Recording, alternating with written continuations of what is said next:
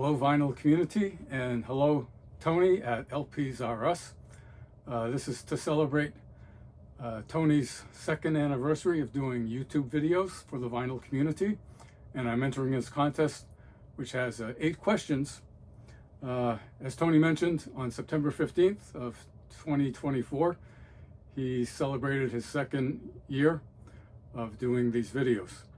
So because it's been 2 years, he wanted to do albums in groups of 2. So the first question he asked is, what is the album that was your favorite 2 LP set?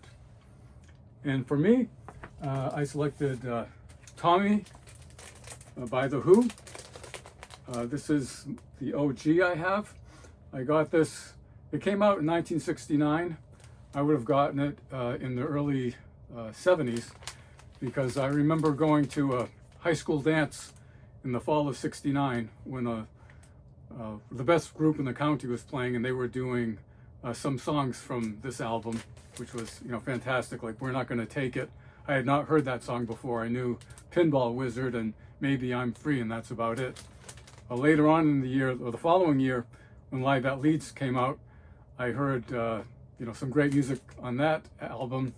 And it was only after having Live at Leeds that I got this album and realized that one of the long instrumental pieces was Overture or Underture, which came from this album that Pete Townsend played on. And another version I have is this Tommy, which is the classic record set, which again, it's a great sounding album. I'm sure you all love it. The next question was show a band or the artist's second record. So for that, I picked Mountain, Nantucket Sleigh Ride. The first album was Mountain Climbing. And actually Leslie West's first solo album was called Mountain, which basically featured the same band members. But the first album was Mountain Climbing, and this was the second. Nantucket Sleigh Ride. It's a really wonderful album. I love Mountain Climbing, and this was the second. I think Felix Pappalardi, who was the bass player and singer on this album, actually lived on Nantucket, or had a place on Nantucket. And I love his vocals along with Leslie West. There's a great contrast between the sort of hard-rocking vocals, singing style of Leslie West and his really heavy guitar playing. And then this OG that I have came with a nice picture of the band, Corky Lang and the keyboard player. They recorded on a record label called Windfall, and I don't know of any other band that recorded, except either Mountain or offshoots of Mountain, such as Corky and West, or I forget the name of that group. They had 2 of the original members. And the next one is show an album in the same recording in another format. So for that, I have a couple of pairs of 2s. This is Steely Dan, Asia, Gatefold, and this is the A version, on ABC Records. I don't know how well this will show up, but it's AA. I think some people say that's not the best version to get. I played it last night. It sounded fantastic. But after playing that, I played another version, which is the AB version, which I think people say that is the one to get. And it does sound great. So that's, again, 2 versions of Asia by Steely Dan. And as long as we're talking about Steely Dan, I also have the Cisco version, which is, again, it's the same format, but it's Cisco. This is the label. And this is the 30th anniversary of Asia. And let me just show you the the label here because it actually says Cisco on it. Cisco Records. Again, it's a fantastic sounding album, as everyone knows. I have not bought the UHQR, which is fairly expensive. I don't know if I'm going to get it despite all the accolades. But to get back to the two formats, this is the reel-to-reel version, which I also listen to. And it's funny, this is on 3 1/3 inches per second, which people say, oh, avoid it, doesn't sound good. Some of them don't sound good. I thought this one sounded pretty good. Obviously, if you can get a 7.5 inches per second IPS, that's always the preferred format. But speaking of formats, as long as we're talking about twos, that's one group. Another group, I'll just show twos. And this is a shout out to Dom at Threading a Needle, I think it's called, or let's see, let me get it right. Yeah, Seeking a Thread, I'm sorry, Seeking a Thread. He put out this album last year, and it's by his band called Material Objects, Passing Through. And I got a nice little card and a nice little note saying, thanks, Alan. And this is really good. I liked it. And it's really cool. They put a lot of care in designing this. Look at this. You get a nice little insert and a polyline sleeve. It has everything. Great music. I'm looking forward to more albums by Material Objects. And I also bought this format, which is reel-to-reel. I ordered it before I knew it was 15 IPS, which is 15 inches per second. Someday I might get a reel-to-reel that can play it, but for the meantime, I like having this. I'm sure it sounds fantastic. The next request is show a mono and stereo album of the same recording. So for that, I have Disraeli Gears by Cream. This is the mono recording, as you can see at the bottom of the label. And of course, I love the label. These early labels from the 60s are fantastic.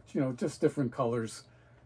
This has the kind of, I don't know if that's a dark gray and kind of a dirty yellow color. And Disraeli Gears, what a fantastic album. Sunshine of Your Love came out in '67. I was 12 years old. I just loved that song immediately. And I used to hear it on the radio. This is the stereo version of the album, Disraeli Gears. And of course, this was produced by Felix Pappalardi, who later joined Mountain. And again, this is the stereo version. And again, it's the OG with a beautiful purple label, a few colors, purple on top and the yellow on the bottom. And what's funny is, I just knew the single, which was played on the radio, until I got Best of Cream, which featured the album version, which is much longer. The Eric Clapton solo on the 45 is edited, so it's a shorter song. And then later I got Disraeli Gears after I got the Best of album. Next one is show an OG and an audiophile album. So this is my OG of Fragile by Yes, that I got, again, when I was in high school. Came out in '72. And Yes was actually the first famous band I ever saw in person. They opened for Jethro Tull July 8th, 1971 at the Casino Ballroom in New Hampshire. This album would only come out the following year. So I can't remember if they actually played songs that were on this album. I thought they had, but I could be wrong. There was a riot that night, people trying to get in. I don't know if they oversold it or what. And then for 5 years, the casino had no more concerts because of the riot. And then I have an audiophile version of Fragile. And this was the version that came out in 2006 by Acoustic Sounds, which is Chad Kassem's company. And what's special about this is it was mastered by Steve Hoffman and Kevin Gray. And both of these albums sound fantastic. The OG I have was mastered by George Piros. The next one, question 6, show an import and a domestic record. So for that, this album is called Renaissance, or in England, they pronounce it Renaissance. This was the first Renaissance album I got, and it features 2 original members of the Yardbirds. Keith Relf, who was the singer and harmonica player, and Jim McCarty, who was the drummer. It also features Jane Relf, who was Keith Relf's younger sister, and she has a fantastic voice. If you listen to the song The Wanderer on side 2, which is my favorite song on the album, it's comparable to what Sandy Denny does for Led Zeppelin on the Battle of Evermore on the 4th Led Zeppelin album. I also got, I forgot to show this. To go back on the Yes Fragile album, the Acoustic Sounds audiophile version came with this nice little booklet with some nice photos of the band members of Yes, as you can see. And again, this is, I meant to show the record. This is the Acoustic Sounds record of Yes, Fragile. So that Renaissance album came out in 1969. It's really good. It's like classical, almost, I guess you could call it progressive rock music, because it has John Hawken on piano and harpsichord. He plays somewhat like Keith Emerson did in Emerson, Lake and Palmer. And it's more classically oriented. And I read that one reason the Yardbirds broke up is that Jimmy Page, who was playing guitar, wanted to go into the heavy direction that he did. And Keith Relf, and the drummer wanted to do something more like classical folk, and they did that with this album. So the one I have made in the United States came on Elektra Records. This was the insert, and it also had this insert with the lyrics. So that's the domestic version. The import version was a re-release, and this was made in England. I think this came out around 2016, and the company that did it is called Repertoire Records. And this might be the only album I have by Repertoire Records, but if it's any indication of the quality, I think it's a good company, because this album also sounds very good. And then lastly, I could say another import. This was another version. Again, they had a different cover in Europe of the Renaissance album than what was released in the United States. And this one is actually from South Africa. And South Africa had it on Island Records, which is, of course, I think they use the same plates often that were used in England. So that's it for those 6 questions. And then finally, let's see, question 7 was to shout out to 2 vinyl community channels. So I'd like to shout out to that I'm subscribed to, which is Mr. Shelf Stacker and Collecting Beatles 101 with David Elliott.